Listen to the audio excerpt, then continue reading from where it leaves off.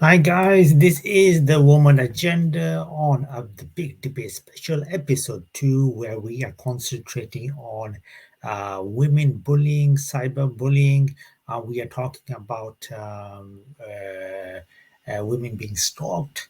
Now, the three areas, as you know, we concentrate on obviously the UK, what's happening in the UK regarding these issues, which are major concern for us all, and also what's happening back in India and Pakistan regarding this. So that's what we're concentrating on today, like we did on the Big Debate Special last week, last Sunday. The Big Debate Special episode 2 is today, and because tomorrow we have a live interview with an artist, which we will talk about later on today regarding that, and what the interview will be about. We'll be talking about that tomorrow, today, later on, actually, about what's happening tomorrow with that interview. And also, as you know, and we have another show lined up, which will be happening later on today at 9 o'clock. We know which is the Asian Connection and the Women Agenda Special, which we will talk about the interview, like I said, and other stuff. Special edition of the Women Agenda Special today, later on. Uh, Now, talking about if you want to sponsor the podcast, advertise on the podcast, collaborate with us, get in touch. The email address is below, and we will work together. Now, let's kick it off. Looking at the stats and the situation which is happening in the UK. First of all, there was a major. Um, there is a major issue. We can't deny there isn't. Thousands of students of Indian origin, which are coming from India and primary to the UK to study. One such student came in the UK to study, and she had to suffer from a lot of bullying. And this is what we're going to be talking about in the UK, what happened. So I see Indian student faced bullying in the UK. Now, we have disclosed a picture because it's been disclosed by everyone in the media outlets, and they have had permission to disclose a picture. That's the reason why we've disclosed it. If there wasn't any permission by media outlets to disclose a picture, we would not have done so also. Okay, now regarding this, it is courtesy of Sky News.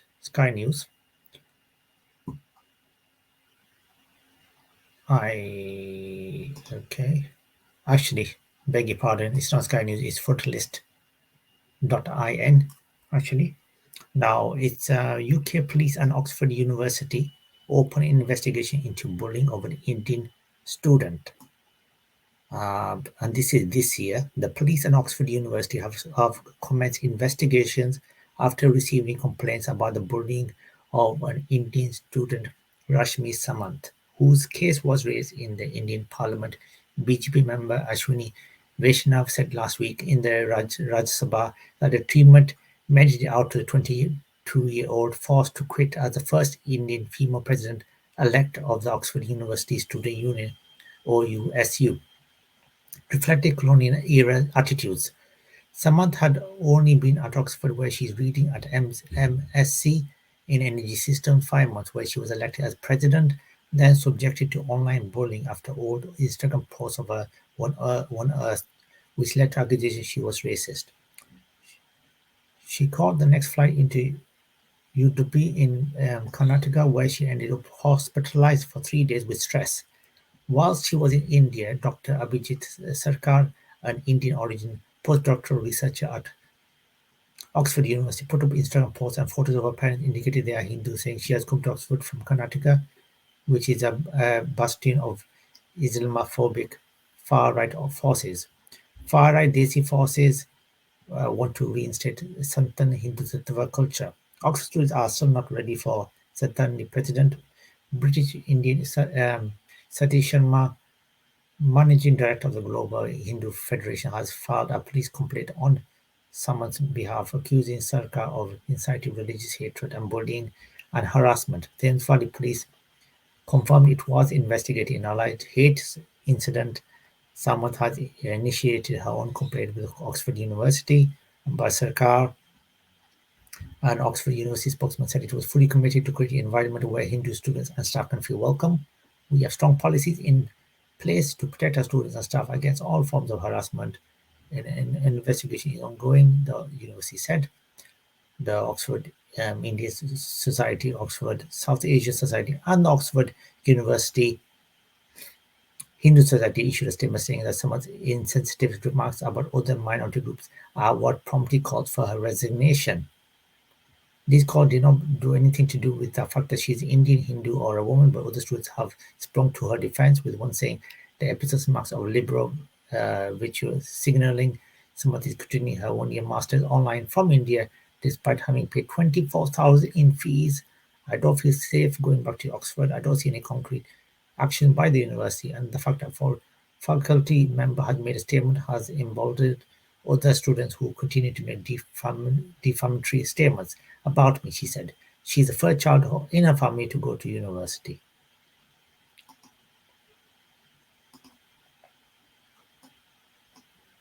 So there you go. And this is um, something which, if people say that the students from India do not get bullying, this is a prime example. That's not the case. And if you're a female student, you're twice as more to get bullying. Now, we're not saying everyone in the UK students get bullying. That's not the case. But what we're saying is more needs to be done. That's what we're saying. More needs to be done, and it needs to be raised more. And people at the top level of universities, we've seen this on programs as well on the TV, that so much bullying exists, whether it's against Indian students, whether it's against other students of different castes or different ethnic backgrounds. It does exist in the UK a lot.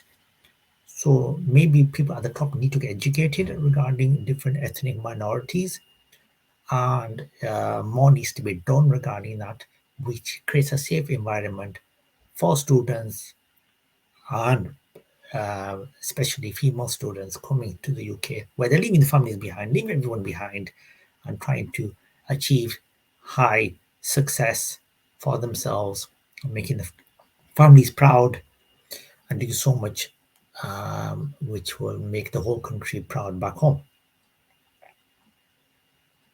And when we're talking about in the UK, there's something else which is happening in the UK.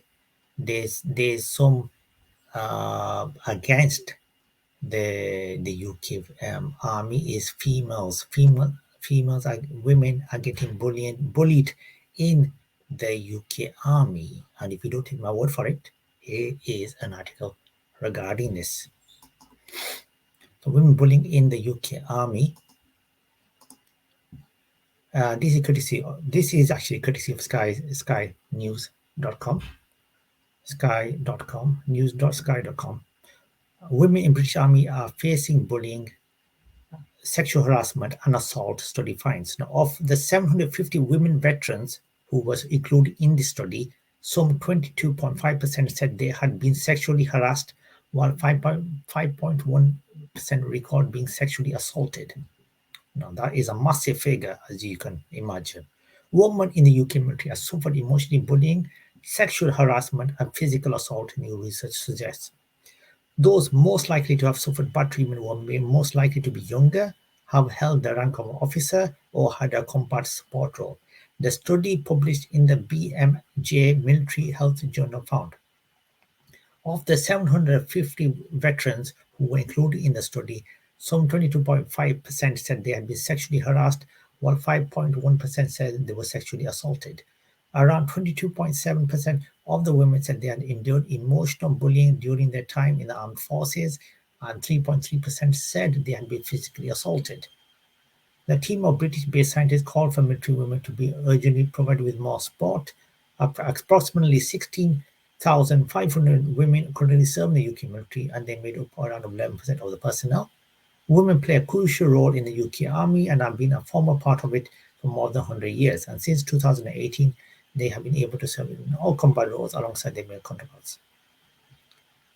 Cases involving women in pain or fatigue due to the mental distress caused was significantly linked to sexual harassment, the study found, as well as for women having a greater risk of alcohol difficulties. Meanwhile, those who dealt with emotional bullying were more likely to have coped with anxiety, depression, low social support, and loneliness issues. Military women who held a rank as an officer were at greater risk of sexual harassment as well as emotional bullying, the research found.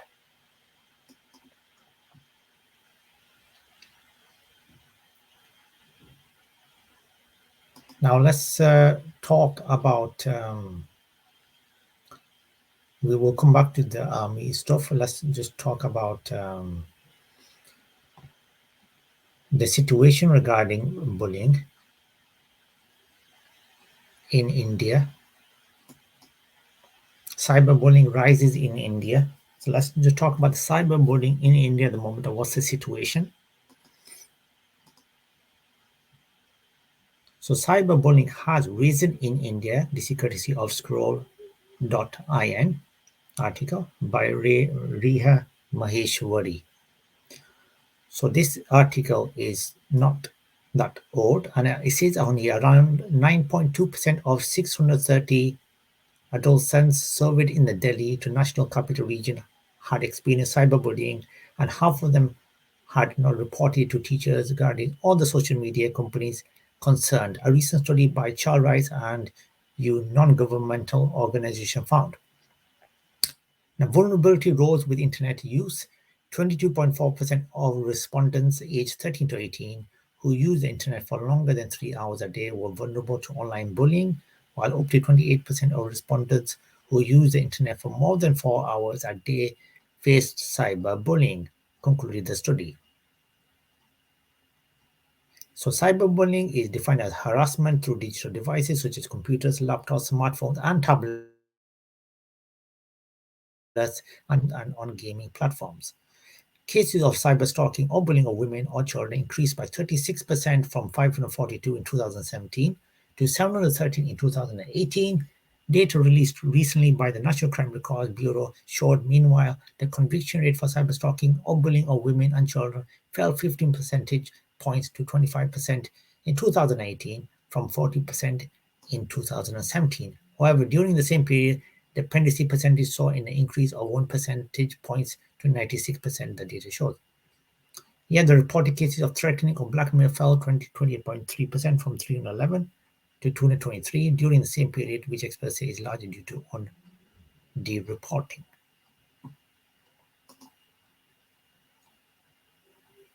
So what is the anti-cyber laws and anti-bullying laws in India currently? What are the exact laws? The laws, not the laws, basically. So what are these laws and how are they helping women and children basically in India? Basically, that's what we're talking about. And this is obviously courtesy of my advo.in article. And the side, obviously, we know, and I discussed recently, get my words in my mouth. Cyberbullying happens when someone threatens, harasses, or embarrasses the victim using technology, like we just said. Uh, these are no, none. There are some anti-bullying laws in India to deal with this.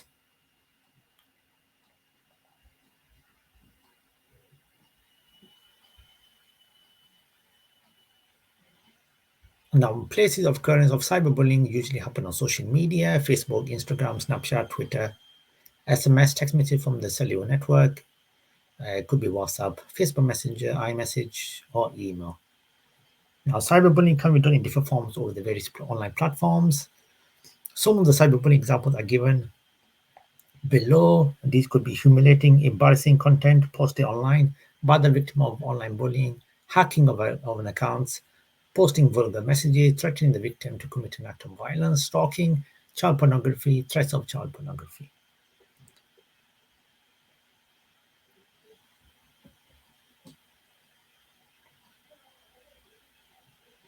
Now, obviously, there are facts which have been discovered that cyberbullying mainly occurs in school kids are the majority to understand. So 1 in 4 kids have been bullied more than once, and 43% of the kids have fallen prey to cyberbullying. India ranks at number 3 in the list of online bullying cases, as per the survey, and 70% of the cyberbullying or anti-bullying activities happen over Facebook. Use of mobile phones is about 80, or almost 80% of the teens, and girls are more preferred victims of cyberbullying as compared to boys. So let's just basically talk about this, a quick check on the cyber laws in India. So there's no specific legislation that provides the cyberbullying laws in India. However, provisions such as the Section 67 of the Information Technology Act deals with cyberbullying in a way. Section 67 of the Act prescribes punishment for publishing or transmitting obscene material in electronic form for a term which may extend to 5 years, and also with a fine which may extend to 10 lakh rupees. Section 507 of the IPC states that if anyone receives criminal imitation or by way of an anonymous communication, that the person giving threat shall be punished with imprisonment of for up to 2 years. By virtue of word anonymous, the offence of anti-bullying and cyberbullying is included in this section. And Section 66 of the E of IT Act prescribes punishment for violation of privacy. And this section states that any person who intentionally violates the privacy by transmitting, capturing, or publishing private pictures of others shall be punished with up to 3 years or fine up to 3 lakh.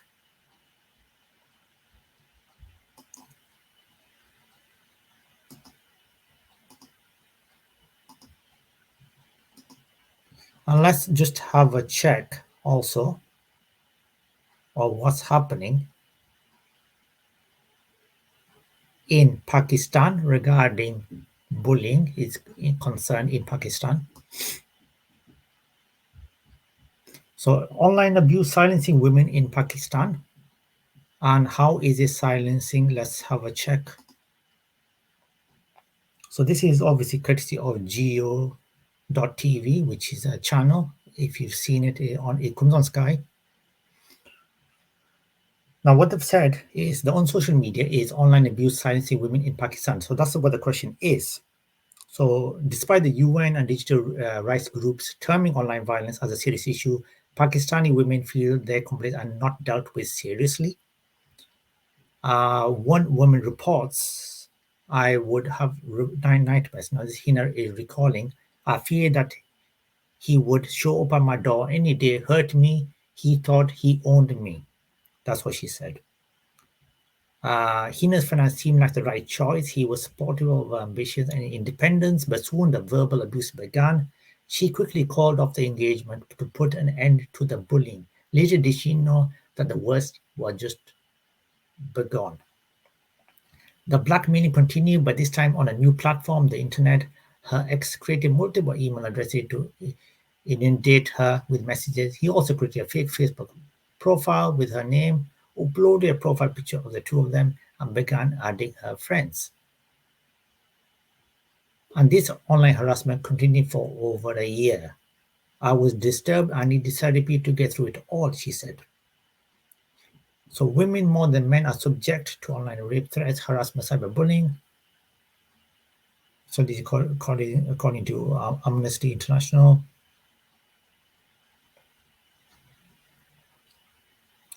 Pakistan's first ever study on online violence against women was published by the Lahore-based Digital Rights Foundation (DRF) in May 2017. The research found that 40% women in the country face various forms of harassment on the internet, while a staggering 72% do not know about the cybercrime laws dealing with online harassment, including social media as Facebook and Twitter. The fact that women do not see themselves as owners of online space is a recurring problem, the report stated, and the prevalent feeling of insecurity amongst such a large sample of women points to the hostility that they face in these spaces. So, like we were saying, despite the United Nations and Digital Rights Group of this issue. Pakistani women feel that the complaints are not dealt with seriously by relevant authorities and social media, such as all the social media sites. Moreover, peers, friends, and family members could continue to treat such sites as something which cannot have grave implications. Women who expose harassment and rape threats are asked to either ignore it or use a block option. Some families restrict women from accessing the internet thereafter.